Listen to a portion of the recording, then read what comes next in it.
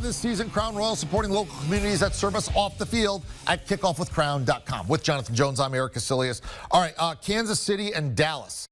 Kansas City's hot, and Patrick Mahomes is getting a lot of credit from what he did against Vegas with the 400 yards, the 5 touchdowns, the 30 completions. But the story is the defense. Why is this defense playing so well, and is it sort of fluky and they're hot right now, or is this sustainable when you're watching them? A couple of things, and I do think it's mostly sustainable. They were never as bad a defense as they appeared or were playing in the first 6 weeks of the season. Steve Spagnuolo is not that bad of a defensive coordinator. The personnel was not that bad. So what we saw for the first month and a half of the season was as bad as they possibly could have been.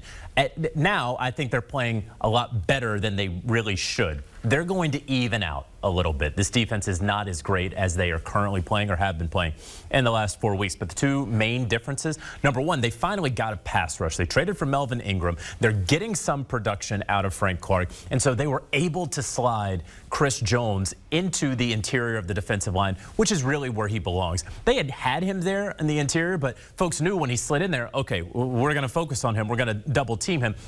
He will not affect the game in the way that he would if they had legitimate pass rush help on the edges. They have that now. Pass rush help is getting there. The blitzes are also getting home, and so they have the pass rush. And then number two, they finally benched Daniel Sorensen, the free safety back there, who is getting absolutely eaten up in coverage. They decided to play Juan Thornhill. It was a long time coming to trade out Juan Thornhill there instead of Daniel Sorensen. He now comes in when they have 5 DBs on the field, and that's a much better spot for Daniel Sorensen. And so they're able to affect the passer better, and they have taken away their own weakest link and strengthened that with Juan Thornhill, a more rangy safety, a guy who's going to be better in coverage. And now teams can't even score 20 points against him. All right, meanwhile, we have Dallas, right? And Dallas was number 1 in the league, averaging 32 points per game. Today they got 9.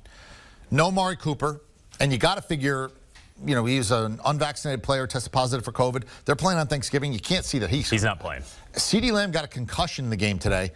I don't know the protocols, but I don't know how you get a concussion on Sunday and then you get cleared and play on Thursday. So he may be out. How much of Dallas' struggles today were just their top 2 wideouts being out, or was there something else today? Yeah, I mean, their leading receiver was Dalton Schultz, a tight end, and Dak Prescott tried to go at CeeDee Lamb there, and it was a bad throw. It was intercepted, of course, and he was rushed because his head coach wasn't calling a timeout there and just letting the seconds tick down as though, all right, coach, I guess I have to take a shot or we're settling for a field goal here. Didn't make a lot of sense. I'm not going to put that throw entirely on Dak Prescott considering the circumstances around it. But no, you do have to be concerned about the Dallas Cowboys, at least this week. You are correct. Amari Cooper, unvaccinated. He is not going to be playing Thursday in the Thanksgiving game. And his status for the upcoming week after that, in Week 13, is still in doubt and in question right now.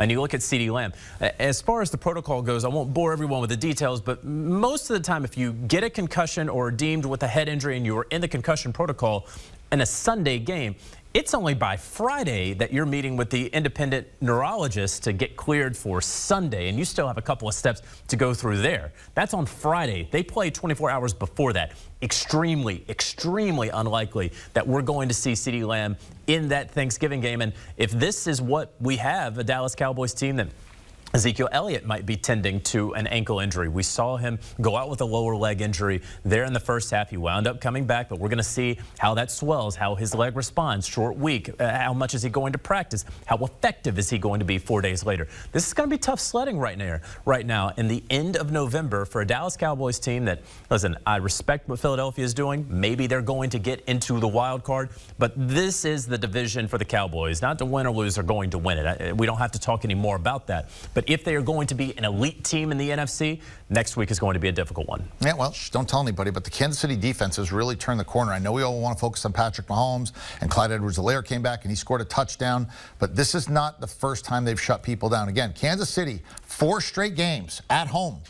They haven't gotten to 20 points, and they're 3-1 in those 4 games, including beating Dallas today and holding the Cowboys to single digits. Well done, Kansas City D. All right, straight ahead. Sunday Night Football. What's the selection?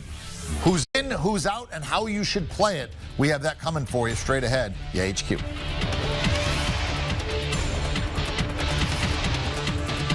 Do you want a sports network that delivers everything that matters about the game? The highlights, the picks, the instant analysis, no yelling, no fake debates, no politics. Hit the subscribe button and never miss a moment.